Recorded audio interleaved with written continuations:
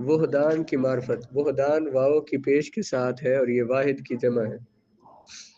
اس کی اصطلاحی تعریف، ایسے راوی جن سے آگے روایت کرنے والا بھی صرف ایک راوی ہو۔ اس علم سے مجہول العین راوی کی معرفت ہوتی ہے، بلکہ پیچھے اصطلاحی تعریف کیا تھی؟ ایسے راوی جن سے آگے روایت کرنے والا بھی ایک ہی راوی ہو۔ ایک راوی روایت کرنے والا، اس سے آگے روایت کرنے والا بھی ایک راوی ہے۔ اس علم سے مجہول العین راوی کی معرفت ہوتی ہے، اور وہ صحابی کے علاوہ کوئی اور ہو تو اس کی روایت کو مردود قرار دیا جاتا ہے۔ یعنی جب ایک راوی ہے، صحابی سے آگے ایک راوی روایت کر رہا ہے ان سے، تو وہ راوی اگر مجہول ہو، اس کا پتہ نہ ہو، تو پھر ذرا وہ روایت صحیح نہیں رہے گی، روایت مردود ہو جائے گی، کیونکہ جس مقام پہ مثلا ایک طبقے میں تابعین کے طبقے میں یا تبع تابعین کے طبقے میں راوی ہی ایک ہے اور اس کا پتہ بھی نہیں ہے کہ وہ کیسا راوی ہے، تو جو اس کے مجہول ہونے کی وجہ سے حدیث کی سرد، حدیث کے مقام میں فرق آ جائے گا۔ صحابہ کرام میں عروہ بن مدرس ان سے روایت کرنے والے اکیلے شعبی ہیں، اور مسیب بن حزن ان سے ان کے بیٹے سعید کے علاوہ کسی اور نے حدیث روایت نہیں کی۔ عروہ بن مدرس جو ہے ان کا شاگرد ایک ہی ہوا ہے، اور اس طرح مسیب بن حزن جو ہے ان سے بھی ایک ہی شاگرد ہوا ہے ان کا، وہ کیا ہے؟ سعید ہے، جو ان سے روایت کرتے ہیں۔ تابعین میں ابو الاشراء ہے، ان سے روایت کرنے والے صرف حماد بن سلمہ ہے، ان کے علاوہ کوئی اور راوی نہیں ہے۔ کیا وحدان کی روایات صحیحین میں موجود ہے؟ بخاری اور مسلم میں ان راویوں کی جن سے آگے روایت کرنے والا ایک اکیان کی روایات موجود ہیں۔ کتاب المدخل میں امام حاکم نے ذکر کیا ہے کہ شیخین نے اس نوع کی کوئی روایت اپنی صحیحین میں نقل نہیں کی کہ جہاں ایک راوی سے آگے کسی راوی سے روایت کرنے والا صرف آگے ایک راوی ہو، لیکن جمہور محدثین کے نزدیک صحیحین میں صحابہ میں سے وحدان کی بہت ساری روایات موجود ہے۔ حضرت مسیب کی ابو طالب کی وفات کے متعلق جو روایت موجود ہے، جس کو امام بخاری اور مسلم نے بیان کیا ہے، اسے قیس بن ابی حازم نے برداس اسلمی کے سے روایت کیا ہے۔ قیس بن ابی حازم نے برداس اسلمی سے روایت کیا ہے۔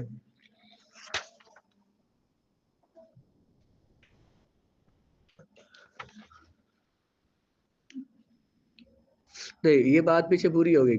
حضرت مسیب کی روایت جس کو جناب ابو طالب کی وفات کے متعلق جو روایت موجود ہے، جس کو امام بخاری اور مسلم نے بیان کیا ہے، یعنی اس میں انفراد ہے، وحدان ہے، ایک راوی آگے روایت کر رہا ہے۔ اس طرح قیس بن ابی حازم نے برداس اسلمی سے روایت کیا ہے، وہ روایت یہ آگے آ رہی ہے کیا کہ آخری دور میں نیک اور پارسا لوگ ایک ایک کر کے وفات پا جائیں گے۔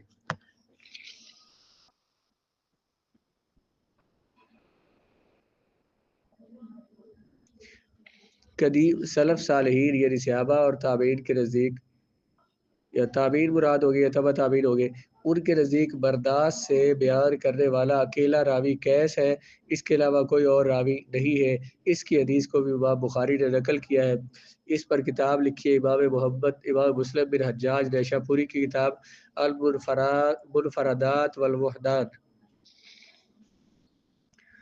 معرفت من ذکر باسماء او صفات مختلفت، ان راویوں کو جاننا جن کی نام مختلف ذکر کیے گئے ہیں یا صفات مختلف ذکر کی گئی ہو،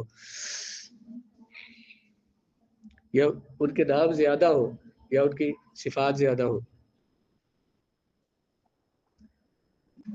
ایسے راوی جس کے کئی مختلف نام، لقب اور کنیتیں ہوں، خواہ وہ ایک آدمی کی طرف سے ہو یا جماعت کی طرف سے۔ بندہ ایک ہے، اس کو نام اور کنیتیں مختلف دی گئی ہو، چاہے زیادہ لوگوں نے اسے دی ہو یا ایک بندے نے دی ہو۔ جیسے محمد بن صاحب کلبی، بعض نے ان کا نام ابو نضر رکھا ہے، بعض نے حماد بن صاحب ان کا نام بتایا، بعض نے ابو سعید بتایا ہے۔ یعنی کنیتیں دو ہو گئی، ابو اور اب اور ام کے ساتھ ہوتی ہے، ابو نضر اور ابو سعید، اور بعض نے ان کی نام مختلف بتایا کہ محمد بن صاحب، کسی نے حماد بن صاحب۔ ایک شخص کے اسماء میں اس کو جاننے کا اس علم کو جاننا کہ بندہ ایک ہے اور اس کے نام کتنے ذکر ہیں، اس کی کنیتیں کتنی ہیں، اس کو جاننے کا فائدہ کیا ہے؟ اس کا فائدہ یہ ہے کہ اسماء میں التباس اور شک نہیں رہتا. قاری حدیث کی تلاوت کرنے والے حدیث کو پڑھنے والے کو اس کے متعلق متعدد شخصیات ہونے کا گمان نہیں ہوتا. مثلا ایک بندہ ہے، ایک حدیث میں اس کا ایک نام ذکر کیا گیا، دوسری حدیث میں دوسرا نام ذکر کیا گیا، ایک جگہ اس کی کنیت بولی گئی، دوسری جگہ دوسری کنیت بولی گئی، تیسری جگہ اس کا لقب کو بیان کیا گیا. تو اب حدیث پڑھنے والا یہ سمجھے گا کہ یہ تو مختلف راوی ہے، حالانکہ وہ 5 جگہ پہ ایک ہی راوی کا نام تھا. تو جس بندے کو یہ اس کے سارے نام پتہ ہوگے، ان کی ساری کنیتیں پتہ ہوگی، اسے پتہ چل جائے گا کہ یہ اتنی جگہ پہ ایک ہی راوی ہے. تو پھر اس کو حدیث کی سند دیکھنے میں اور راویوں کی پہچان میں اسے آسانی ہوگی.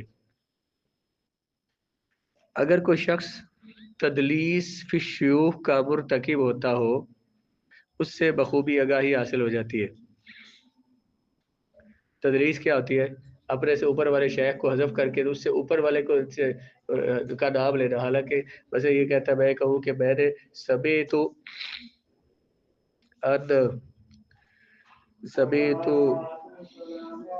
ان سارتا، بلکہ سمیت ان سارتا ان شہزادی. تو ان جو ہے نا، ان کہہ دوں، میں آگے کہہ دوں، وہ جو ہے نا ان اقرا.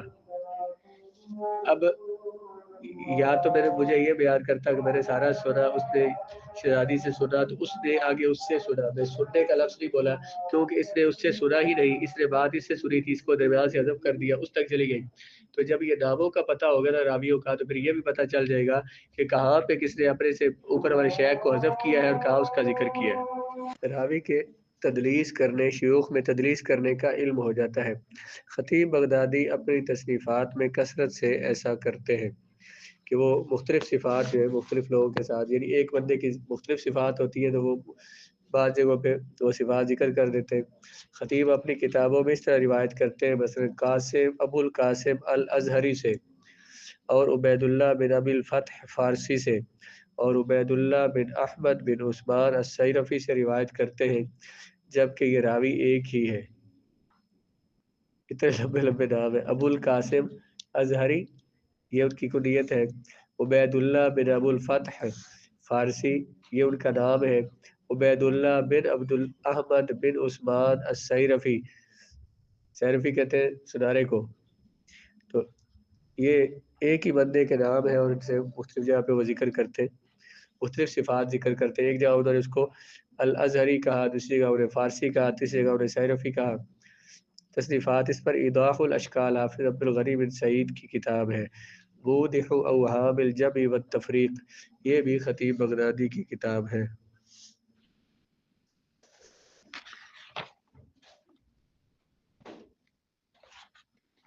یہ شیخ خطیب بغدادی نے ساری زندگی یہی لکھا ہے محدثین اور علم حدیث پہ.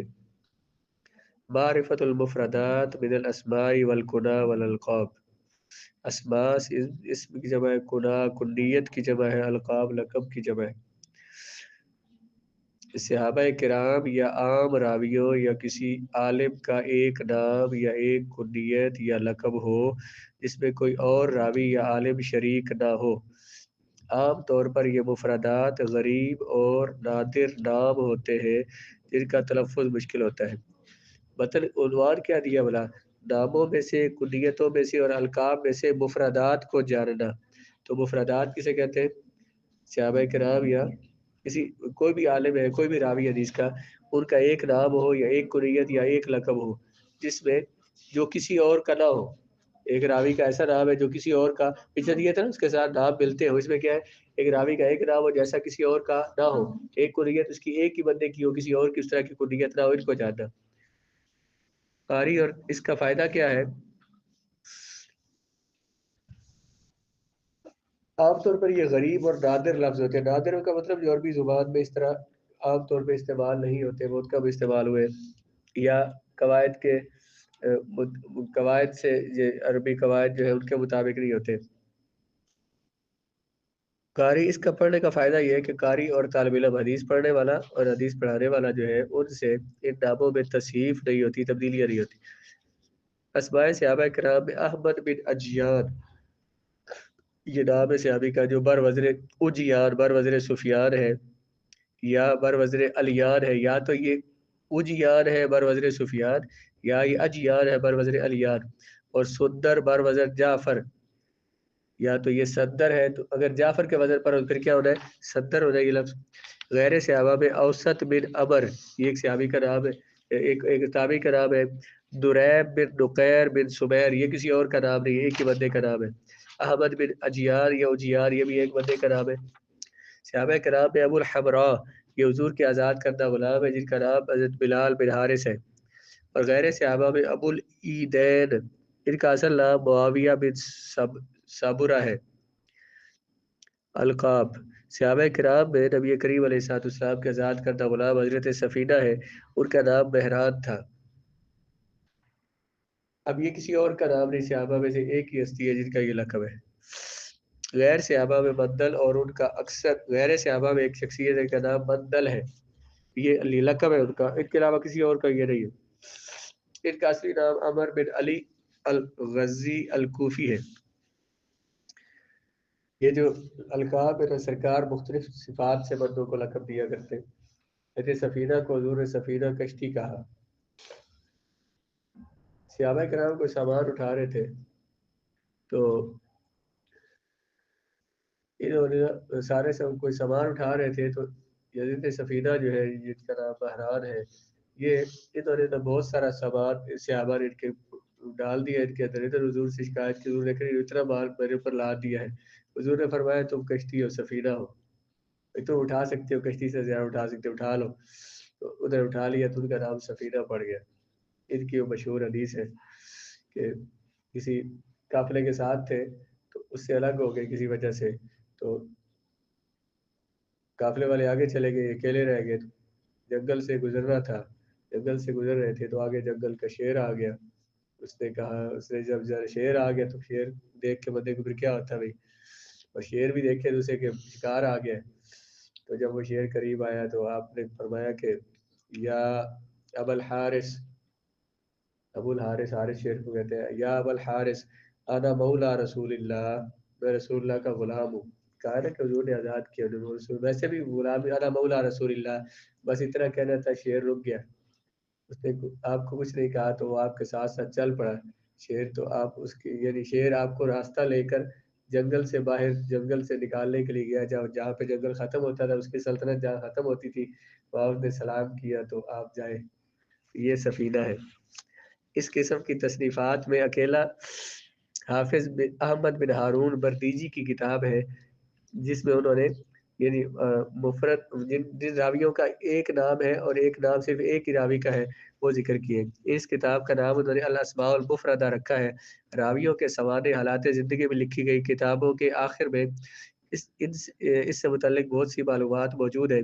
جیسے حافظ ابن حجر کی کتاب تقریب التہذیب ہے، اس میں انہوں نے بھی الگ راویوں کا ذکر کیا جن کا ایک نام ہے، جن کا نام صرف ایک ہی بندے کا نام ہے، کسی اور کا وہ نام نہیں آیا.